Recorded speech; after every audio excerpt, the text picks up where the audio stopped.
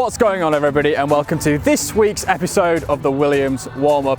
We've got 6 races to go and we're starting with our journey to Singapore. Let's take you behind the scenes.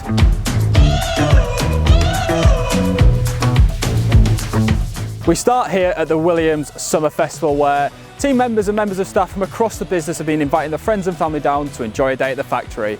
Here's how the event went down.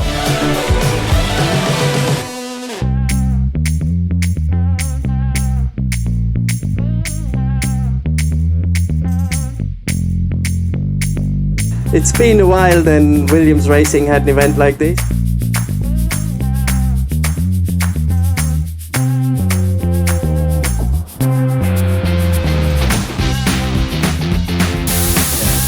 Looking forward to seeing the car run today, Tim? Yeah, very much so. It'll be fantastic to demonstrate this lovely old car from 1983.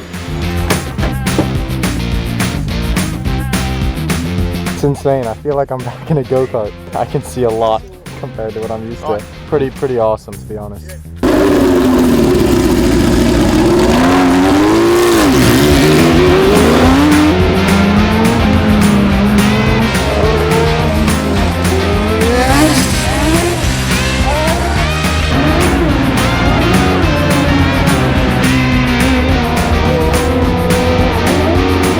Was it loud? Yes. Pretty cool, to be honest. That was sick.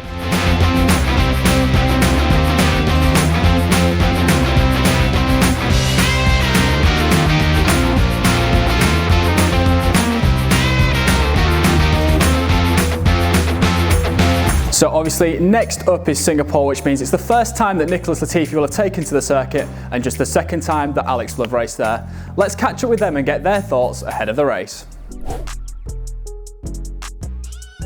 Nicky, it's your first time in Singapore. How are you feeling about it?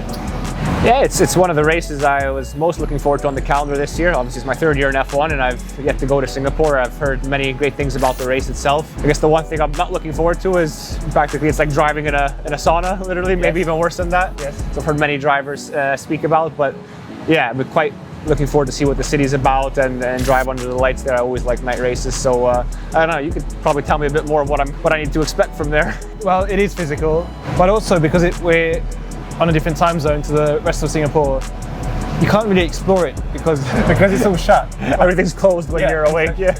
But it's a cool place. I think we're going Singapore Airlines, which is it's a nice airline, isn't it? Actually, Singapore Airlines must be one of the best. I think it's one of the best ones. Yeah, I don't think I've ever flown Singapore Airlines. It's really good. A lot of drivers speak about the physical demands of Singapore. Is it really as bad as everyone says? To be honest with you, I think Miami was pretty similar to what I expect, but it's more humid, so it's that kind of sticky weather, which isn't nice. It's that hairdryer in your face one, and I think because it's a street track, it holds the funnels, heat more, so that your eyes start burning with the fuel.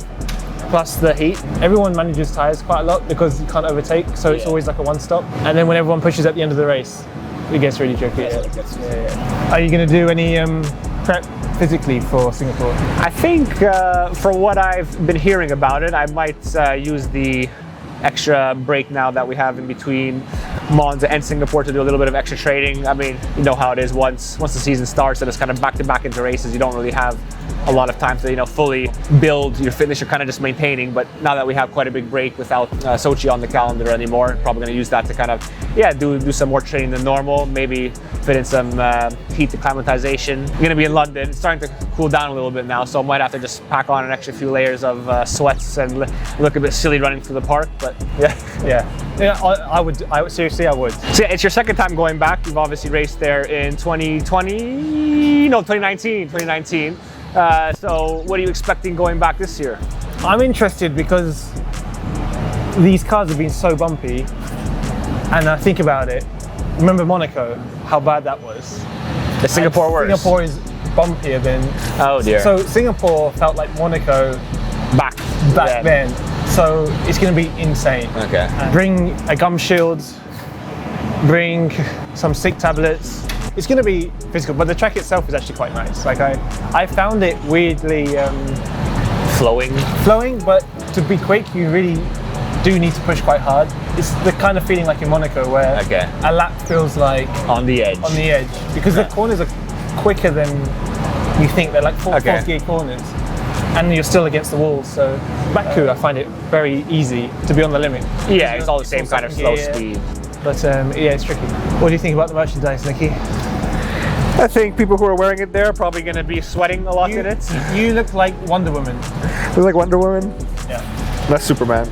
Yeah. Well, it's gonna, I assume, shine in the lights, which is the cool thing. Obviously, Singapore. That's why we've done it. Singapore's a night race, so see what you guys did there, Williams. Something different. I mean, no really special theme design. It's just a Singapore edition kit. Yeah, We've kept it quite simple, good simple. You can wear this anywhere, and you can wear this. You know, sometimes we've done stuff and it's like the beach towels or the fedora, like the Miami Hawaiian style T-shirt. I mean, that's cool to wear there, but I don't think you're going to be wearing that. You're limited. And your day to day. Yeah, you can't wear that to your wedding anniversary. This you can. Yeah. Of course you can. Why not? Yes. There you go. Finally, Singapore can see Williams development driver Jamie Chadwick wrap up her third W Series title. We caught up with her ahead of the race to see how she was feeling.